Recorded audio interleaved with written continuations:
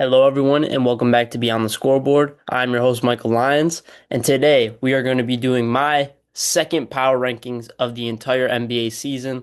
Like I said, after the first one, I'm going to be doing them after every month. So this is basically the November power rankings or after the November power rankings.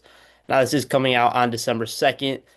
It has all the records of every team up past December 1st. So this is since last night. So let's get right into it. We are also going to be doing my NBA Cup predictions since the group stage is over and now we're on to the knockout stage. And I just want to say thank you guys for listening. Obviously, it's been 2 weeks since the last episode because DePaul being a trimester school, obviously we get out a little bit early.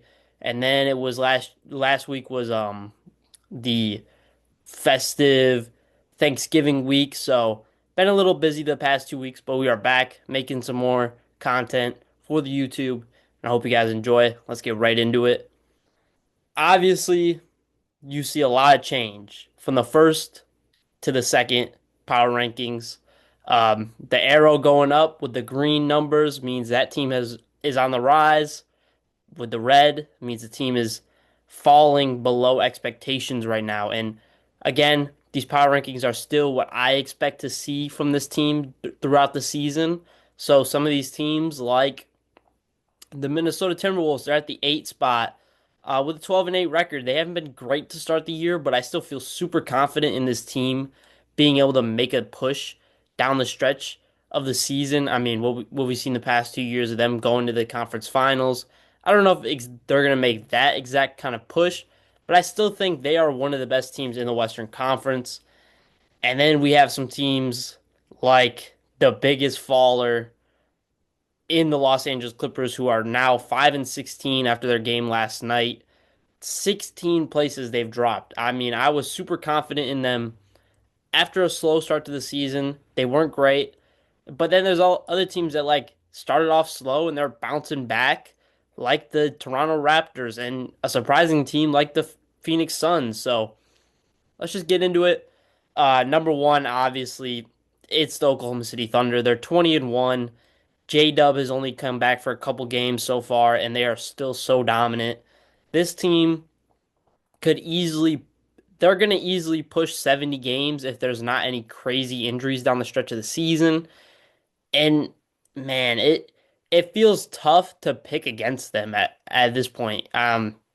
Right now, if I had to pick an NBA champion for this season, it's gonna be the Oklahoma City Thunder. Um, there's just not much you could say about them. I mean, they got the young core that's hooping whenever they come in. They have their star. They got their MVP. They got great surrounding pieces. They're a good defensive team. They're a good offensive team. Just everything is good about the Oklahoma City Thunder, and I wish I could say that about my team, but man, it is. They're so fun to watch. Even though they are blowing teams out a lot of the time, they're still super fun to watch. So if you haven't really been paying attention to the Oklahoma City Thunder as of late, definitely go give them a check out and watch them play their games because if you want to see pure dominance from a team like the Oklahoma City Thunder, uh, it's so crazy. Sometimes they're in a game where you think they might have a chance of losing, and then they just go on a random 30-4 run and they just blow the doors off the team. And then fourth quarter comes and Shea's not even on the floor. So super crazy team. Next up, the Denver Nuggets. They're on the rise a little bit. Um, Again, I think this is the second best team in the entire NBA. It sucks that they're in the Western Conference and that we'll probably might not see them in the finals because I think this is truly a team that is championship pedigree. They've been in the championship before. I think, if I'm going to be honest, I think the three best teams in the entire NBA are all in the Western Conference right now: the Oklahoma City Thunder, the Denver Nuggets, and the Houston Rockets. I think all three of those teams are the three best teams in the entire NBA. Obviously, you see that I put the Knicks above the Rockets, and I did that because at the end of the day, at the end of the season, only two of the Western Conference teams can make the conference finals, and only one can go to the NBA Finals. The Knicks, despite being in a weaker Eastern Conference, and they haven't looked great, they haven't looked particularly amazing to start the season. They're turning it around. Mike Brown is emphasizing the offense a lot more than what we saw with Thibs last year, and the defense is coming around. So I put them at the three spot because I think they're the best team in the Eastern Conference, despite having not the best record. I think this is the team that you have to watch out for coming out of the Eastern Conference this season. So I put them above the Rockets because I feel confident in the Rockets being able to beat the Denver Nuggets or the Oklahoma City Thunder in a 7 game series, but I am more confident in the Thunder and the Nuggets, and then I think the Knicks are just going to be in the NBA Finals coming out of the Eastern Conference. Um, Back to the Nuggets though, Jamal Murray's looked pretty good. He struggled as of late a little bit. Still think he's going to make his first All-Star game, which I'm super happy to see. Aaron Gordon continues to be one of their better players, and then Cam Johnson. Hopefully, he can start to get back on the role that they've seen. He's shown some flashes, but then he just hasn't been able to put it together for a couple game stretch. This Denver Nuggets team is still so good. Um, Only thing I would really say with them, backup point guard minutes, struggling with that a little bit. But you also have like Peyton Watson is looking amazing. Christian Brown's been injured for the last couple of weeks, and they're still really good. Um, so yeah, got the Denver Nuggets as the second best team in my power rankings. Third, New York Knicks. Already talked about them a little bit. Super strong team. Offense is looking amazing with the Mike Brown addition. Happy to see him on a competitive championship caliber team coaching. Cat still struggling a little bit with what his role is on this New York Knicks team. They still have Jalen Brunson. OG's been banged up the last couple of games, so he hasn't been in there. But Mikal is starting to show. Josh Hart is just so much of this New York Knicks team is starting to get on the role that you expected to see. And yeah, bringing in a new head coach, it's going to take some time for some of these guys to figure out their role and what they have to do for this New York Knicks team to continue to get minutes. And Mike Brown has shown that he's not scared to throw somebody in and just give them a chance. We saw in that Landry Shamet Miami Heat game, he just threw him in, and Landry Shamet had an amazing game. Um, when Cat's out, like Mohamed Diawara, if I pronounce his name right, hopefully I did. He comes in, gives him some solid minutes. Mitchell Robinson's finally back in the last couple weeks. So this Knicks team, I think they're the best in the Eastern Conference. I think they're going to be the team that comes out of the Eastern Conference this year. And right now, I think it's between them and the team that I got the number 5 spot, which is the Detroit Pistons. Um, Before we go to the Detroit Pistons, though, we'll talk about the Houston Rockets. 13-5 right now. Reed Shepard's looked really good. Ahmed Thompson's looked good. Kevin Durant is doing his thing. Tari Eason obviously is out of the lineup due to injury right now. He should be back in next 2 or 3 weeks for them. Şengün's having a really good year. They are one of the teams that, like, I think, despite being probably not as star-studded as the Denver Nuggets or the Oklahoma City Thunder, they could definitely beat anybody. Um, and it sucks. It sucks and it's amazing because in the playoffs we're going to see if everybody stays healthy, obviously. Either OKC is going to play Houston or Denver in the second round, or Denver is going to play Houston or OKC in the second round. Like, these teams are going to have to play each other if obviously it all goes right and this is like the top 3 teams all make it, because OKC is, despite being the 1 seed right now, they would have to play either Denver or Houston in the second round, um I believe. So it's just like it's going to be a super fun playoffs to watch, but it also is not as amazing to see because like we saw last year, but again, we said this all last playoffs, myself included. It was just like whoever comes out of the Western Conference, they're going to kill whoever's in the Eastern Conference. But then the Pacers gave the Thunder a run for their money. And if this is a hypothetical, but if Tyrese Halliburton doesn't tear his Achilles, there's a chance that we're talking about the Pacers being the NBA championships and the NBA champions. So again, you can't discount and discredit anybody in the Eastern Conference, but man, the Western Conference is stacked right now. And then, like I said, at the 5 spot, the Detroit Pistons, 17-4 right now. They've struggled the last couple of games, but man, Detroit has really JB has done an amazing job, and I talked about this in my last show a couple weeks ago, just how amazing JB Bickerstaff has turned this whole franchise around. Monty Williams with almost the same young core, well, the same young core, but almost the same entire team, despite a couple acquisitions of like veteran leadership. This team is almost the same as it was 2 seasons ago. Just JB has been able to bring out something that nobody else in the NBA might like. I'm not sure anybody else in the NBA could do what JB Bickerstaff did with this Detroit Pistons team. He's embraced the culture, he's embraced the young core, and he's letting these guys hear it when they mess up. He's getting in their ear. He's telling them, you need to do all these things better if we want to be a championship caliber team. And so far to start the season, they are looking like a team that you have to watch out for in the Eastern Conference. Um, I think in a perfect world, a New York Knicks, Detroit Pistons, Eastern Conference Finals this season is what everybody wants to see. We saw last year when they played in the first round. It went to 6 games. Obviously, there was that controversial call or no call on Tim Hardaway Jr. in the corner. Um, that might have pushed the series to 7 games. And they really just did not like each other in that series. We saw some bad blood, we saw some pushing, we saw some shoving. And that's what you expect from a Detroit Pistons team that they have finally brought back. Isaiah Stewart is just a beast.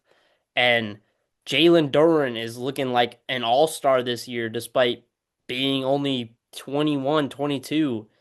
Like this Pistons team has probably the best young core in the Eastern Conference, and they have an MVP caliber player in Cade Cunningham in the next couple of years.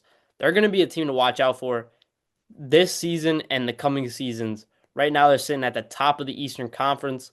Obviously, they were on that 13-game winning streak. Wish they could have got that one win over the Boston Celtics to break their franchise record for wins in a row, but they're just so good. And Jaden Ivey has only played a handful of games so far, so they're getting him back. They have the assets to make a big move, a big splash throughout this season, so hopefully they will.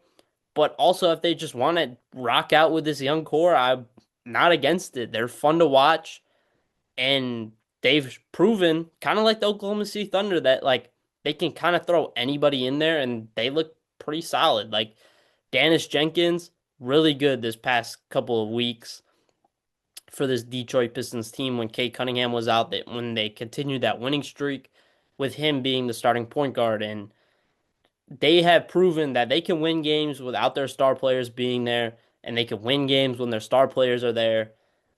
They're going to be a team to watch out for this year. Next up, a team that has stayed put since the first power rankings is the Los Angeles Lakers. Obviously, LeBron James has played, I believe, 5 games, 4 or 5 games so far this season. Getting him back been a super big boost to this Los Angeles Lakers team. He's come with a different kind of energy that we have seen from a LeBron James in the last couple of years. He's been joking around, and obviously, like he's still LeBron James. He can lock in when he needs to, but it's been nice to see and like refreshing to see a new LeBron with kind of just like a newfound like love and joy for the game of basketball that we have seen from LeBron the last couple of games. Obviously, he's joking around. Even last night when they were down against the Phoenix Suns, you just saw he was joking around with the guys. Like, again, he's just happy to be out there playing in his 23rd season, keeping that 10-point streak alive in the regular season, which is a record that will probably never be broken. I mean, uh, maybe Shea's looking like he might get there, but if he continues to what he's doing, but man, this Lakers team really good. I just if the four teams that are in the top six for me in the power rankings could all meet in the playoffs this year, this would be one of the best playoffs we have ever seen. If we get a Lakers Thunder second round and a Nuggets Rockets second round, this playoffs is going to be super super fun to watch. And Luca has been killing it. Austin Reeves has been killing it. DeAndre Ayton has finally found himself back in being a conversation for a really good center in the NBA. It's just the Lakers have a newfound, and with LeBron coming back, you see some of the younger and like role player esque guys that they have also kind of found a different kind of energy and effort that has come. And that's partially probably playing with arguably the greatest player of all time. Like Jackson Hayes has been really good since LeBron's come back. Gabe Vincent coming back from his injury has been solid. So, like to see what this Lakers team is going to do over the stretch of the season. Because obviously, we've already seen Luka miss some games. LeBron's in his 23rd season. We'll see what that does. But Austin Reeves could definitely keep them afloat. He's not going to win them a lot of games if those guys do go down, but he has proven that he can put up numbers that'll keep them in a game.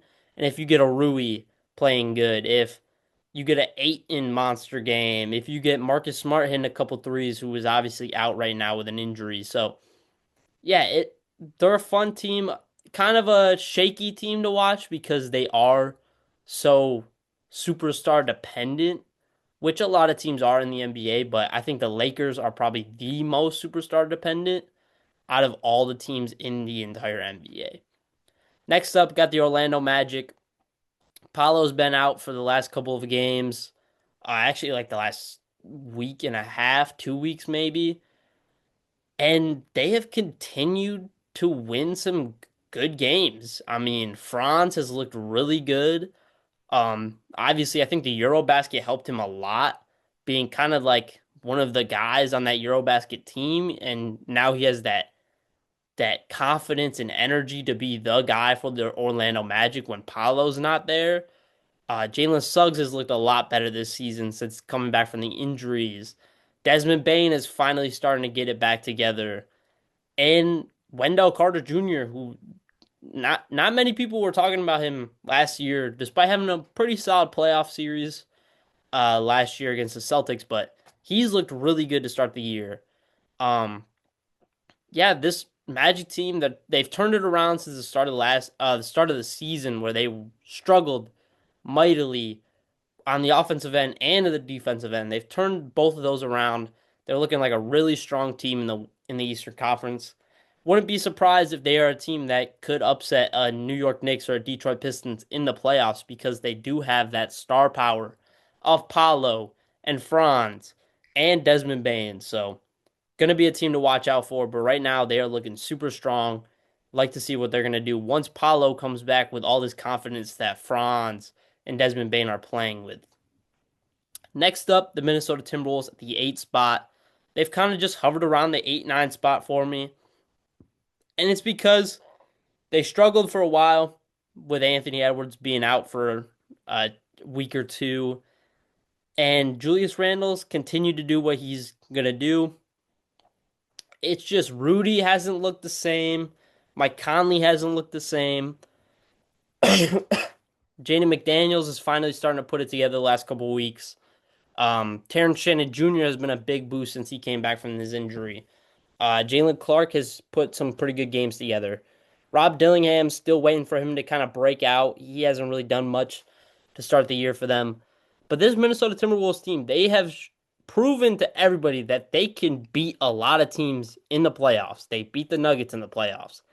They've beat the Phoenix Suns a couple years ago with Kevin Durant and Devin Booker. So this is not a team that you have to take lightly. And I think getting this early season woes out of the way for this Minnesota Timberwolves team shows that they might need to make a move to be back in that conference finals if they want to be there once again and fight for the NBA finals appearance like they should be. Um, so getting these bad games, these struggles out of the way early in the season is gonna bring confidence later on in the season for this Minnesota Timberwolves team. But they have been super fun to watch since Anthony Edwards has come back.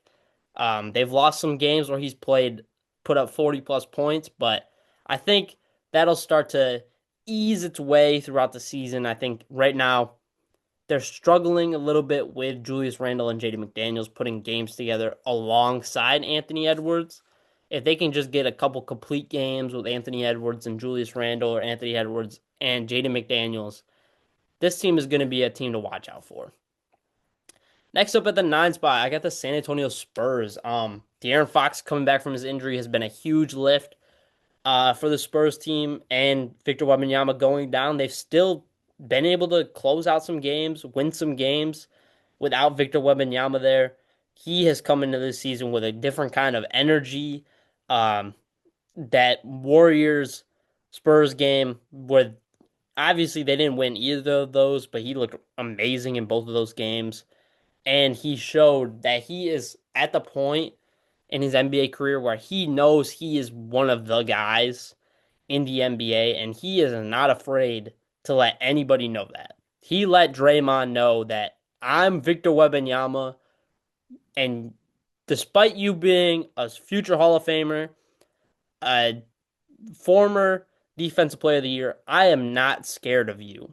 And that's what I want to see from Victor Wembanyama continuing throughout this season once he comes back from injury. Obviously, it's a little scary with the injuries so far with Victor Wembanyama. And despite this being like his first real injury, because obviously the deep vein thrombosis last year that he dealt with the blood clots, that's not something that you can like really control as somebody, as just a person or an NBA player. Um, but this one scares me a little bit because he is 7'5" and a thin frame. You just always got to be weary and concerned when he is getting injured, but hopefully it is just a one-time thing and we can get Victor Wembanyama back fully healthy for the rest of the season. But De'Aaron Fox come back, giving them a lift. Stephon Castle's been really good. Devin Vassell's been good. Um, the addition of Luke Cornett has been good with Victor Wembanyama being out. And I mean, this Spurs team is a fun team to watch. They're going to be a team that's going to be competitive in the playoffs with anybody that they play against. So that's why I got them at the number 9 spot. It feels high still, but they've proven that they can beat good teams. So I got to put them at the 9 spot. Then at the number 10 spot, the first team that we're going to see on the list that dropped, which is the Cleveland Cavaliers. They're 13-9 right now. Originally in my first power rankings at the first 2 weeks of the season, I had the Cleveland Cavaliers at the 2 spot, but they have just not been the same team they were last year. Just not anywhere close. They're so Donovan Mitchell dependent with no Evan Mobley and no Darius Garland. And Darius Garland being in and out of the lineup the last couple of weeks has really, they've shown the struggles of they need Darius Garland on the floor because when DG is on the floor with this Cleveland Cavaliers team, it looks so much more fluid and so much more put together. But when he's not there, it's really just Donovan Mitchell and the Donovan Mitchell show. And sometimes we see it where he puts the game together way too late in or way too late in the game, and it's the fourth quarter, and we're looking up, and Donovan Mitchell is got 8 to 10 points, and we know he can go for 20 plus in a quarter, but is he going to be able to do that on a consistent basis down the stretch of the season? And I just don't see it happening. Evan Mobley has not really shown the progression on the offensive end that a lot of people expected after the first game, where he took like almost the most amount of shots he's ever taken in a game. He has just not been at that level of um, just like ferociousness and just being aggressive. Evan Mobley needs to get super aggressive on the offensive end of the floor if this Cleveland Cavaliers team wants to be a contender in the Eastern Conference because the Knicks, the Pistons, the Magic, they're just gonna look at him and just be like, we are confident in just putting all of our chips, putting all of our focus on Donovan Mitchell and Darius Garland, slowing those guys down. It's gonna make your job harder if you're not gonna be aggressive, and we're just gonna let you not be aggressive and take some of these shots, and we're gonna win the game because we don't feel confident in you being able to beat us, and that's what they've shown. And it's been tough to watch the Cleveland Cavaliers at times this season. Lonzo, who they wanted to come in for Darius Garland when he's injured, he has not looked the same. And obviously, Lonzo dealt with a lot of injuries, so it's not exactly his fault. But man, this Cleveland Cavaliers team has definitely been a disappointment to start the year. Then at the 11th spot, the Miami Heat. They are a super fun team to watch. Just got Tyler Hero back 3 games ago. I mean, offense is looking amazing. Bam Adebayo not being there, they're still winning some really good games against some quality opponents. Norman Powell's looking like an all-star. Andrew Wiggins is catching lobs for game winners. Jovic, Jaquez, everybody is just flowing right now for this Miami Heat team. Khalil Ware, when he's got some confidence and energy, he's looking really good. Davion Mitchell being the starting point guard to start the year with no Tyler Hero in there, super good, or super confident, super aggressive, does all the dirty work of a Miami Heat culture player. This Miami Heat team is a team that has been fun to watch. I don't know exactly if I feel confident in them beating any of the Eastern Conference teams above them in a playoff series. Maybe Cleveland, because they do match up pretty well with the Cleveland Cavaliers. They have the star power and the scoring of the guard at the guard position. They have defensive capabilities in the front court and in the back court. So maybe. Um, Obviously, last year they did not show any of that fight in the playoffs, but they do add Norman Powell in the offseason. So maybe that changed a lot of things. Spoelstra, still probably one of the best coaches in the entire NBA. I'm just looking around at, I don't know how many more coaches in the NBA are better than Eric Spoelstra. I don't know if there is one, to be honest. Maybe a Joe Mazzulla, if you like the offense, but Spoelstra's been doing it for so long, and he doesn't have nearly the pieces as a Boston Celtics team, as an Oklahoma City Thunder team, and he just consistently always makes it work. Um, and this Miami Heat team has really shown a lot of fight to start the year. I feel more confident in them than the Atlanta Hawks and the Toronto Raptors so far this year. But we're gonna get to those teams because those teams are in a weird spot because they're really good, but I don't know how confident I feel in them. Next up, the Atlanta Hawks. Like I said, I feel confident in this Atlanta Hawks team to be a really good regular season team. Just postseason wise, I don't know if I don't know if Trae Young is going to be there because they've shown um, just like looking around the league, Trae Young is a valuable player. You could just move on from him, go in the direction of Jalen Johnson being your best player, go for that whole defensive identity that's been there to start the year without Trae Young in there, and you have a valuable first round pick in the New Orleans Pelicans this year, so you could maybe get a Darren Peterson because they are so bad this year. Um, so I don't know. I think they can make a move, trade away Trae Young, still be a really good team. I feel confident in this team making the playoffs, being a lock for the playoffs, not even a play-in team. But I'm just not sure about how they fit in the playoffs. I feel more confident in them than the Toronto Raptors, 2 spots below them, because they're kind of a little early in their rebuild and early in the success of this team. But Atlanta, good identity. Quinn Snyder's done a really good job this season of bringing the best out of Nickeil Alexander Walker, bringing him back kind of more towards his years at New Orleans, where he struggled to stay around, but back to the scoring capabilities and Nickeil Alexander-Walker. Jalen Johnson's getting everything pulled out of him. I mean, he's scoring, he's playing great defense, he's rebounding the ball crazy. He's being able to play make for some guys, and yeah, it's been a weird season for the Atlanta Hawks because you're in like the position of like, is Trae Young really our guy?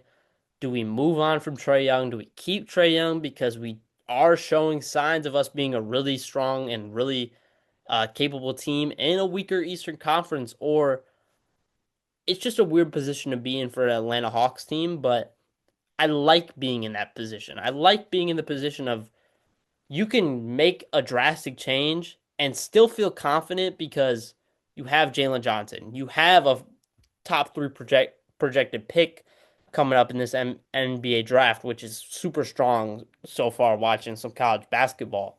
So we'll see what happens with this Atlanta Hawks team. Next up, probably the biggest faller outside of the Los Angeles Clippers has been the Golden State Warriors. I got them at the 13th spot. I still feel confident in them over the Phoenix Suns and over a bunch of teams below them in the Western Conference just because they do have Steph Curry. But outside of that, I don't feel confident in anything else with this Golden State Warriors team. I mean, Draymond, he's still a capable defender, but he's down on the decline in his career. Jimmy Butler is back to not being aggressive in the regular season games.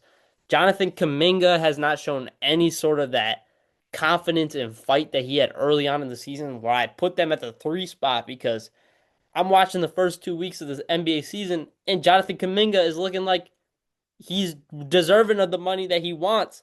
And now he missed some games and he's come back. And even before he got injured, right before it, he didn't have that confidence. He wasn't playing at the level we saw early on in the season. I just this Warriors team, they're just so old and it's just they're not a championship level team, but they are a championship level team.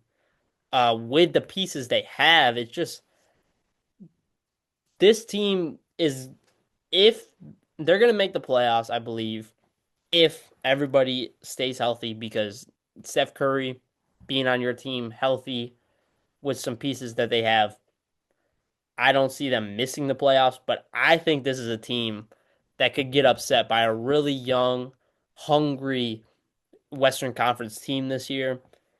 And maybe they might even get pushed to the play in and not make it at that point. But man, it's a weird and it has to be kind of disappointing if you're a Warriors fan because so many people came into the season, like myself, saw this Warriors team as a championship level team. Last year, after the Jimmy Butler trade, the defense was amazing. They were like 23-6 with him as in their lineup. It was just like everything is pointing in the direction of we have another chance at winning a championship before Steph Curry retires, before we lose Draymond Green. You pay all that money to Jimmy Butler. He was aggressive last year, but now he's in that mode where he's stalling and just coasting through the regular season. Now, obviously, it's been a couple years, but Jimmy Butler is still capable of taking over in the playoffs, and we've seen it time and time again. But I just don't know. He's getting a year older, a year past, and a year longer since he really took over in the playoffs. And Steph Curry's also getting a year older. He's shown some injury history this season. Draymond's getting older. It's just this team is not a championship level team, and I think they're gonna stay in kind of this mid tier of NBA teams for the rest of this season for my power rankings. Next up at the 14 spot, I have the Toronto Raptors, another surprising team in the Eastern Conference this year. Right now, I believe they are the second or third seed in the Eastern Conference. I mean, they are a super fun team. Darko Rajakovic is an amazing coach. He early on in the season, I thought he was doing a great job, but then He struggled for a while, but now he's back to looking like this Toronto Raptors team is really strong. Um, Scotty, Brandon Ingram, which Brandon Ingram now might have one of the best nicknames in the entire NBA. The Notorious BI3 is such a fire nickname, and he is bought into the Toronto culture. RJ Barrett has looked all right.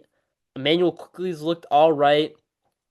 Still really haven't seen as much from Grady Dick and Jacoby Walter as I would like to see from them early on in this season. But this team is a really strong, put together team that fits all together. On the offensive end, obviously, they go through their struggles of kind of being in positions where some guys need to be where they have too many people, like Brandon Ingram, Scotty, kind of work in the mid range a lot of times. Sometimes you see them getting clumped together and getting the offense a little off their rhythm. But when they are on a rhythm, this Toronto Raptors team is fun to watch. They have arguably some of the best announcers in the entire NBA. It's just been a really good season for the Toronto Raptors so far. I don't know if I'd pick them over a lot of teams in the Eastern Conference. I think this could just be a strong regular season team this year. Playoff wise, maybe not as much, but you never know. This Toronto Raptors team has the scoring capabilities, has the defensive abilities to hang with the top teams in the Eastern Conference like they're doing right now. I just think this is more of a regular season team, and then their real uh, inconsistencies and walls are going to be exploited in the playoffs when a team has multiple days to prepare for them and game plan for them. But still, great year for this Toronto Raptors team so far. Next up at the 15th spot, one of the biggest risers on this entire list, actually the biggest riser on the entire list, just looking around. This Phoenix Suns team, I had them at 26.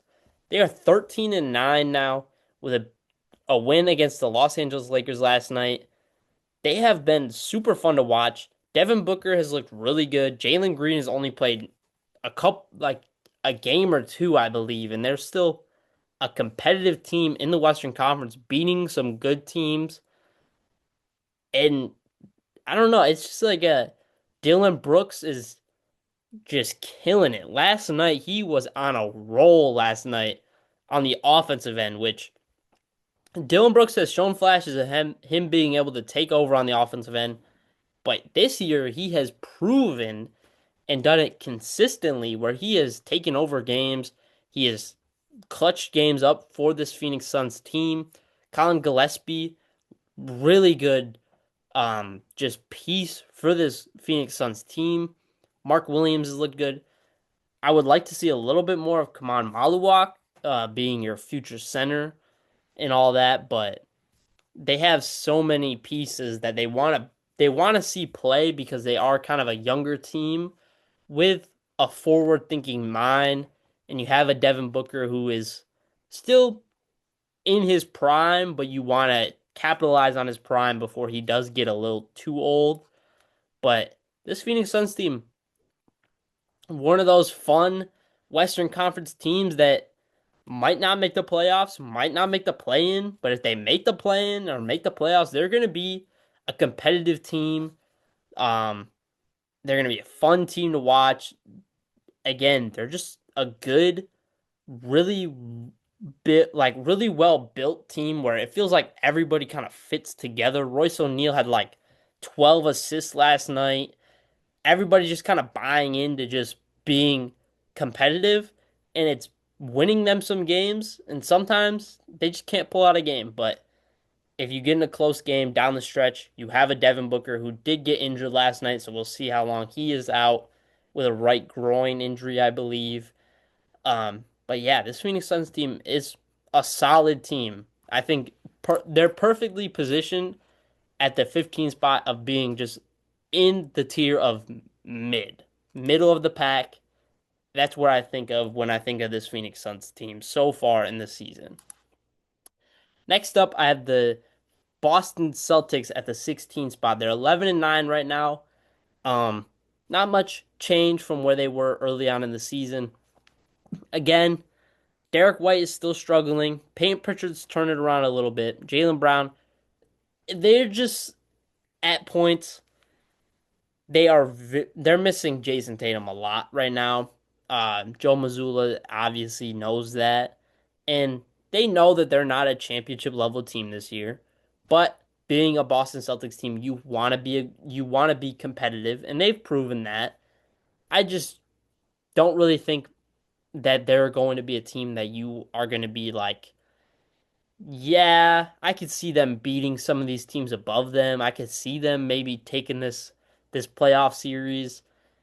I just think if they get in a playoff series, Jaylen Brown, Derek White, Peyton Pritchard, I think they're going to be a very easy team to manipulate your defense against, be able to game plan against, but they're going to be a competitive regular season team, kind of like this Phoenix Suns team where they're going to be competitive in the regular season, push for the playoffs, push for the play in.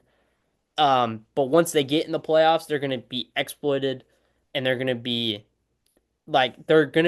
two of the easiest teams to game plan against because they do lack a little bit of skill and variety of skill. So that's the only thing with the Boston Celtics team. It's not a knock against them. It's just they are in a year where it's weird. That's kind of just the best way to put it for this Boston Celtics team. But 16, I feel confident putting them in that mid tier with the Phoenix Suns. Again, they're still above a lot of Eastern Conference teams for me, so they can still push for a play-in or a playoff spot, um, despite not having Jason Tatum for most likely the rest of the NBA season. He could come back at the very end. He keeps keeping it open, but I don't exactly see it.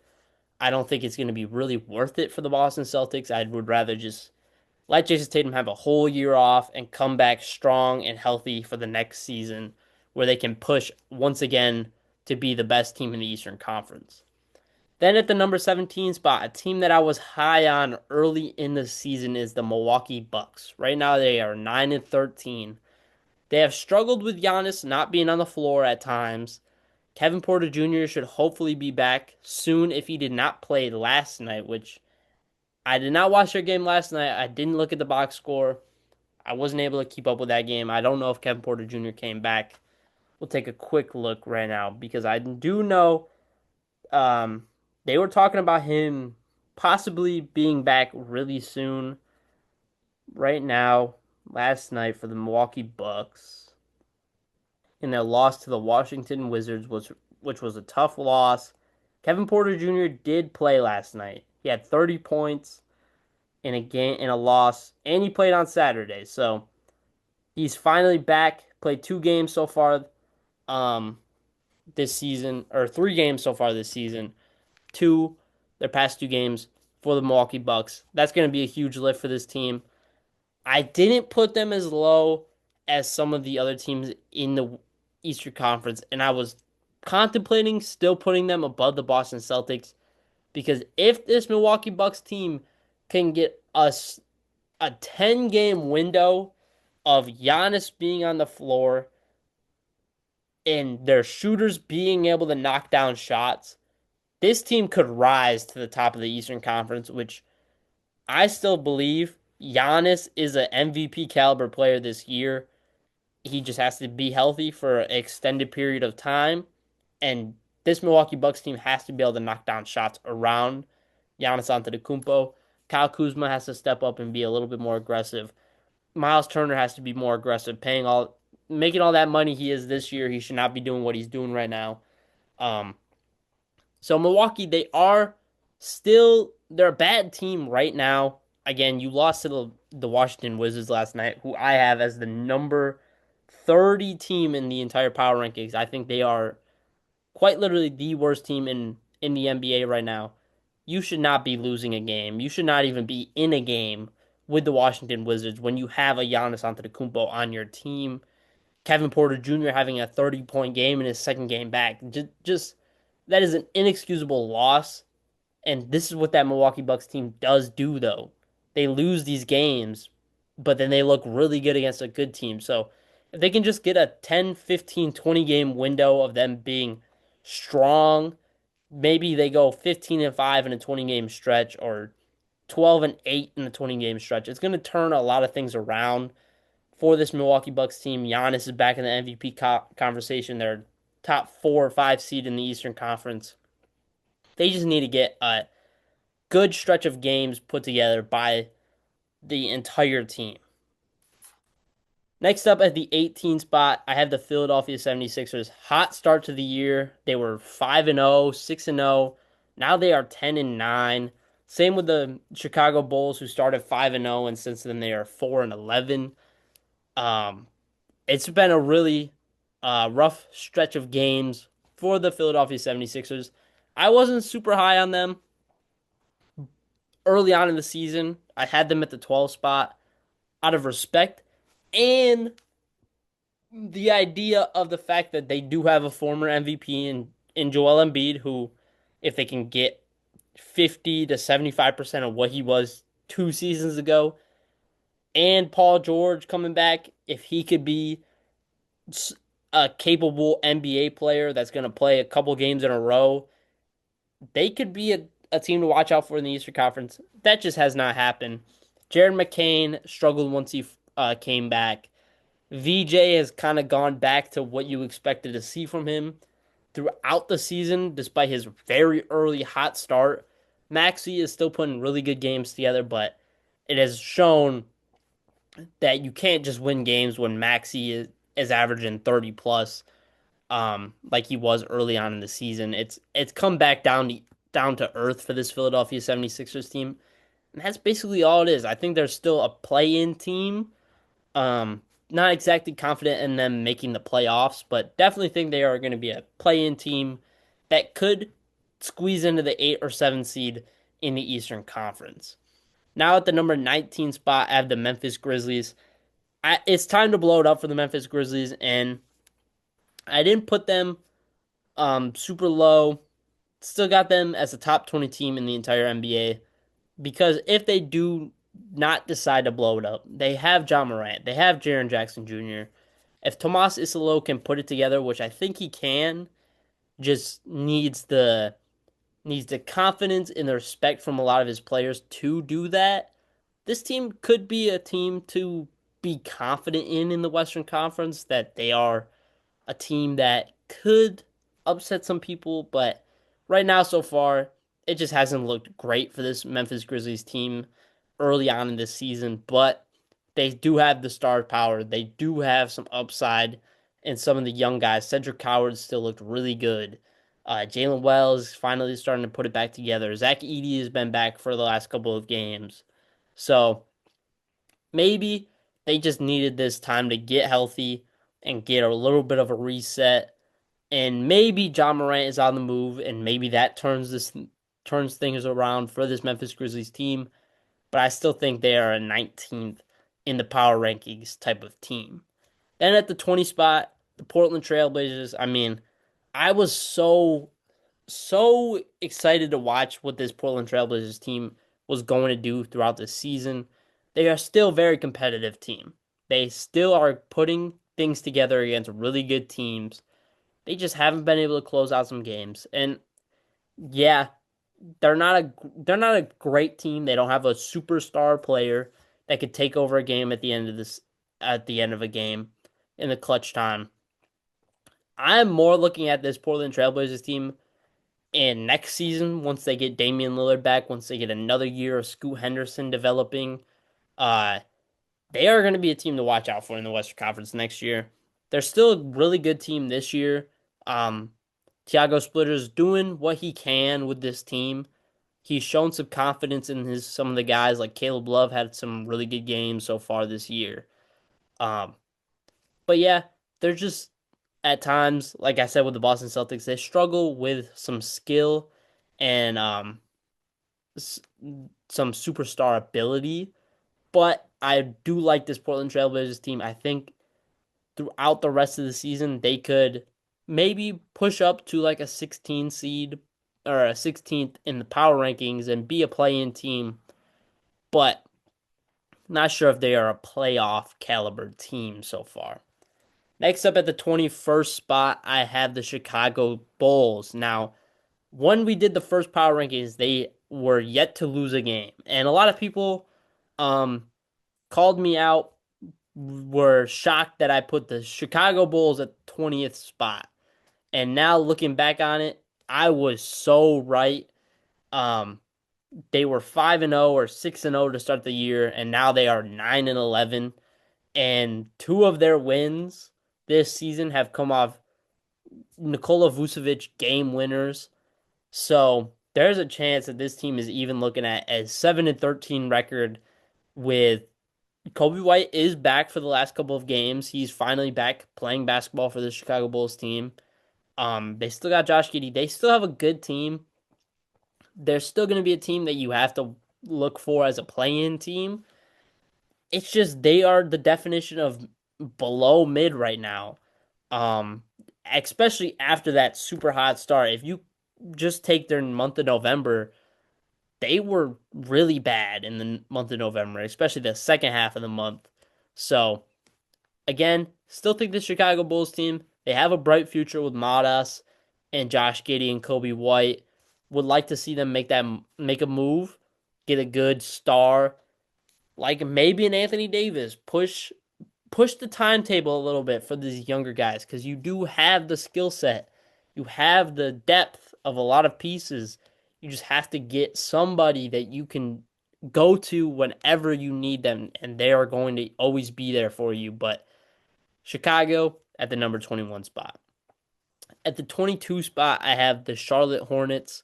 Brandon Miller's come back and he's looked pretty good the last couple of games. So they're a little bit on the rise. Still not a great team in the Eastern Conference. Um, I would like to see LaMelo Ball get moved. I'd like to see Miles Bridges get moved. I don't like that they're wasted talents on a bad team. Charles Lee, I feel bad for him because he is trying to do his best. Um, and I think he is a good coach. I think he's done a lot of good things so far. Ryan Kalkbrenner's looked really good this year, despite me not being a Ryan Kalkbrenner fan. Um, Con Knipples looked good. So I think you have the ability to look at some of the young guys that you have and be like, yeah, maybe we should wash our hands with some of these other guys that we drafted before and go in a new direction. Um, but they are not back. They are not in that caliber of the Brooklyn Nets, the Washington Wizards, and the Indiana Pacers so far this year. So that's a win for them. I think they are better than those three teams, and I think they are better than some of these teams that are below them. I think they could beat anybody. Really, the Charlotte Hornets are a team that could beat anybody in the entire NBA, despite maybe the Oklahoma City Thunder and the Houston Rockets, I would think, just because the Houston Rockets defense is so amazing. But Charlotte, if they get a LaMelo, Brandon Miller, and Miles Bridges game put together, that's 150, like 130 points all by themselves right there. That's 90 points all by themselves right there. So again, they're still really good on the offensive end. They just can't put it together on the defensive end. And hopefully Charles Lee over the next month. Hopefully, once we come back for the December power rankings, maybe they are at the 18 spot because they're 15-20 or something like that. So maybe, but again, they're still on the rise as a young team, but they're still in the rebuild mode. They're still putting the things together. But this Charlotte Hornets team has a bright future. Um, just still at the 22 spot. Then at the 23rd spot, we have the biggest fallers of the entire NBA season. And honestly, if you consider expectations for this Los Angeles Clippers team, they could be at number 30 right now. I put them at the 23rd spot despite having a worse record than everybody in the Western Conference below them because if there is a team in the bottom four of the Western Conference to turn it around and maybe or bottom five of the Western Conference outside of the New Orleans Pelicans because they're going to be bad this year. If there is a team out of them, the Jazz, the Mavericks, and the Kings to maybe make a push for the play-in, it is the Los Angeles Clippers because they do have James Harden, who is an Iron Man, who is a floor raiser. They could get Kawhi Leonard back, and you're like, maybe they could put some things together and push for a playing spot. So I didn't put them as low because I do still have a little bit of hope that they can push for something. This being Chris Paul's last season, hopefully they can just at least get him a play-in spot, a play-in berth. But this Clippers team is really bad. Bradley Beal's injured. Zubac has not been the same as he was last year. So again, just a really poor season for the Los Angeles Clippers. 5-16 was never expected out of this Clippers team. They were a team that people were talking about maybe being a playoff and an NBA championship level team. Next up at the 24 spot, the Utah Jazz. They have been a super fun team to watch so far this year. Um, just pushing a lot of the right buttons Will Hardy is doing. Um, he's got Lauri Markkanen playing at an all-star level.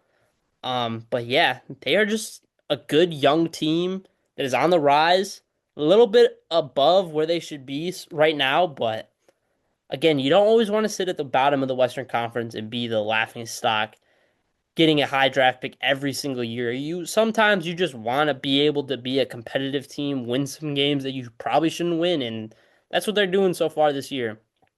I like them more than the Dallas Mavericks this year. I like them more than the Sacramento Kings this year. So that's why they're at the 24 spot so far. 25 spot, Dallas Mavericks. Again, another team that's just dealing with a lot of injuries, but they do have some hope for their young core of Cooper Flag and all those guys. Brandon Williams has looked pretty solid to start this year. Just again, they're in a weird position where you look at their roster. They do have Kyrie, who's injured. They have Anthony Davis, who just recently came back. You look, yeah, maybe they probably shouldn't be 7-15, but again, they just had the first overall pick. They traded away Luka Doncic last year. Let them go back to this rebuild. Move on from AD. Move on from Kyrie. Go, go rebuild mode. But yeah, I think they're the 25th best team in the NBA right now. Then at the 26th spot, I have the Indiana Pacers. Again, a team that is dealing with injuries. Tyrese not being there has they've really struggled. Andrew Nemhard hasn't taken the leap that a lot of people expected him to take, myself included. Benedict Mathurin missed some time. Um, the center play has just not been there, so losing Miles Turner was huge. Jarris Walker has not taken a step forward. Again, just a bad start to the season for this Indiana Pacers team. Pascal still doing his thing. Maybe they move on from him. Maybe they're sellers at the deadline. But I think they still will hold on to this team, just knowing what they did last year and having Rick Carlisle as your coach. But they're just not a good team this year, and it losing a guy like Tyrese Halliburton for the entire year and not being able to have another connector and a guy that can just do everything on the basketball court is just something that you can't replace. Can't replace. You can't even mimic what Tyrese Halliburton does. So again, you expected a bad team out of this Indiana Pacers team this year, but not this bad. Next up at the 27th spot, I have my Sacramento Kings. There's not much to say. They have been absolutely atrocious, atrocious. Um, if the Clippers weren't as bad as they are right now, the Sacramento Kings would be getting talked about as arguably the worst team in the entire NBA. Obviously, like you have Brooklyn, you have New Orleans, you have Washington, but none of these teams had a, like an expectation from the owner, from the coaching, from the general management, from the league as just knowing who the guys on this team are. Um, there was just expectations that they weren't going to be terrible like they are right now. They were going to be an all right playing caliber team. That's what everybody expected. They were going to be like what the Chicago Bulls were when DeMar and Zach LaVine were there. Play-in team. What we were last year. Play-in team. Year before that. Play-in team. But that's just not the case. We're 5-16. Best thing that's so far this season is maybe we're going to blow it up. That's the best thing that's been this year. Hopefully we do. Hopefully we go in a rebuild mode.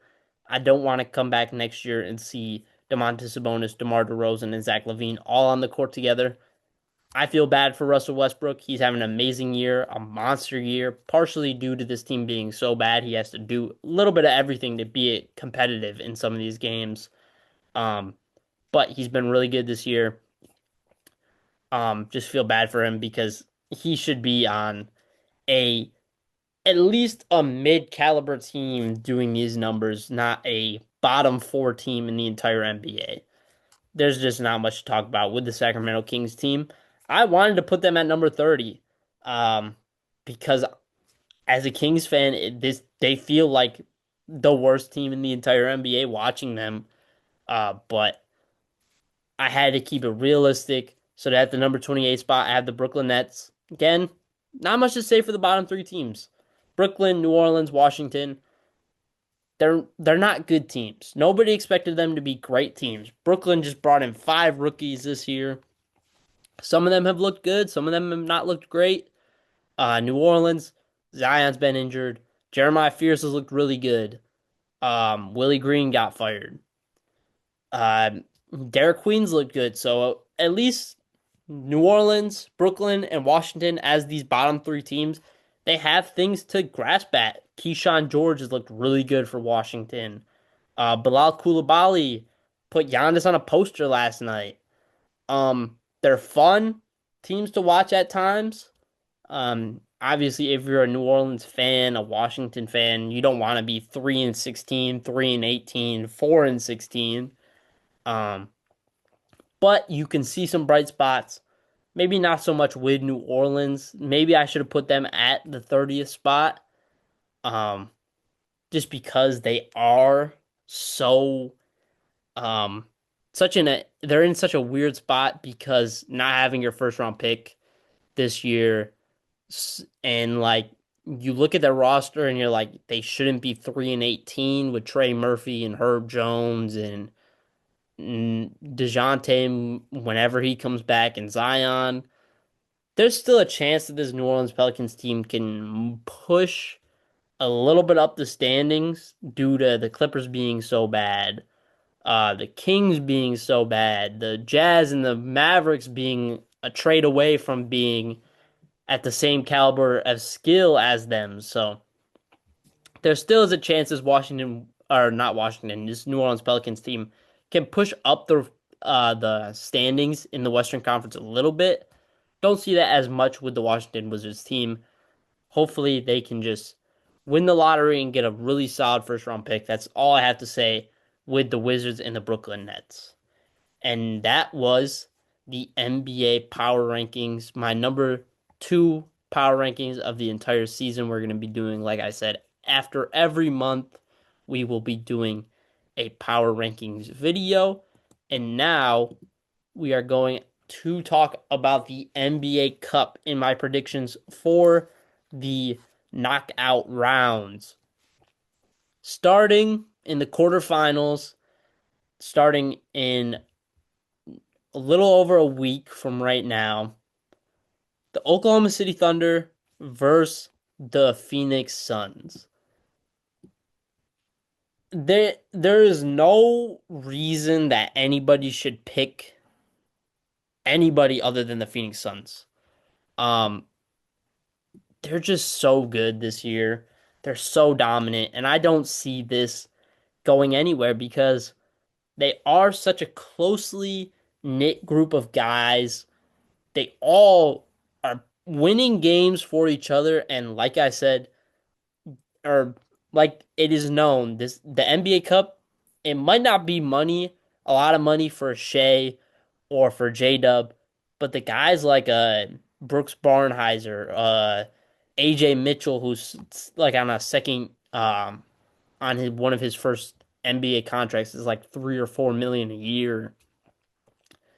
The 500K of or $1 million, whatever it is, winning the championship for the NBA Cup is going to be huge for this Oklahoma City Thunder team and this young group of guys. And I think they're going to win it all together for themselves. And so I'm going to pick OKC over Phoenix in the in the quarterfinals. For the Lakers versus Spurs, let me check what Victor Wembanyama's timetable is because that is going to be a big piece in this Lakers versus Spurs team. Um, whatever. If Victor Wembanyama plays, I'm gonna pick the Spurs over the Lakers because they are such a young team. The money still matters for some of these guys, but the Lakers, I still feel confident in them being able to beat a Spurs team because they do have LeBron James and Luka Doncic. So it's gonna be. I think this is gonna be one of the better matchups of the entire NBA Cups in the quarterfinal round. But I think I'm gonna go with the Spurs to move on to the semifinals to play the Oklahoma City Thunder. And then I'm going to pick the Oklahoma City Thunder to beat the San Antonio Spurs to go on to the NBA champion or to the NBA Cup championship. Then in the East, the Magic versus the Miami Heat. I am going to go with the Miami Heat to somewhat upset the Orlando Magic and move on to the semifinals. I really like this Miami Heat team. I like how aggressive they are to start the year. I think they're going to upset that Orlando Magic team. Then in the Knicks versus the Toronto Raptors, I think the Toronto Raptors are going to beat the New York Knicks and move on to the semifinals. And then in the semifinals of the East, I'm going to go with the Toronto Raptors to beat the Miami Heat to play the Oklahoma City Thunder in the NBA Cup championship. And I am going to pick the Oklahoma City Thunder as probably the easiest pick of the entire NBA Cup to win the NBA Cup championship and win some money for some of their young guys. I hope you guys enjoyed. This has been Beyond the Scoreboard. Come back in a month for my NBA Cup or for my NBA Power Rankings number 3 for the December Power Rankings, and stay tuned for the next couple weeks with more NBA content for you guys. This has been Beyond the Scoreboard, and I'm your host, Michael Lyons.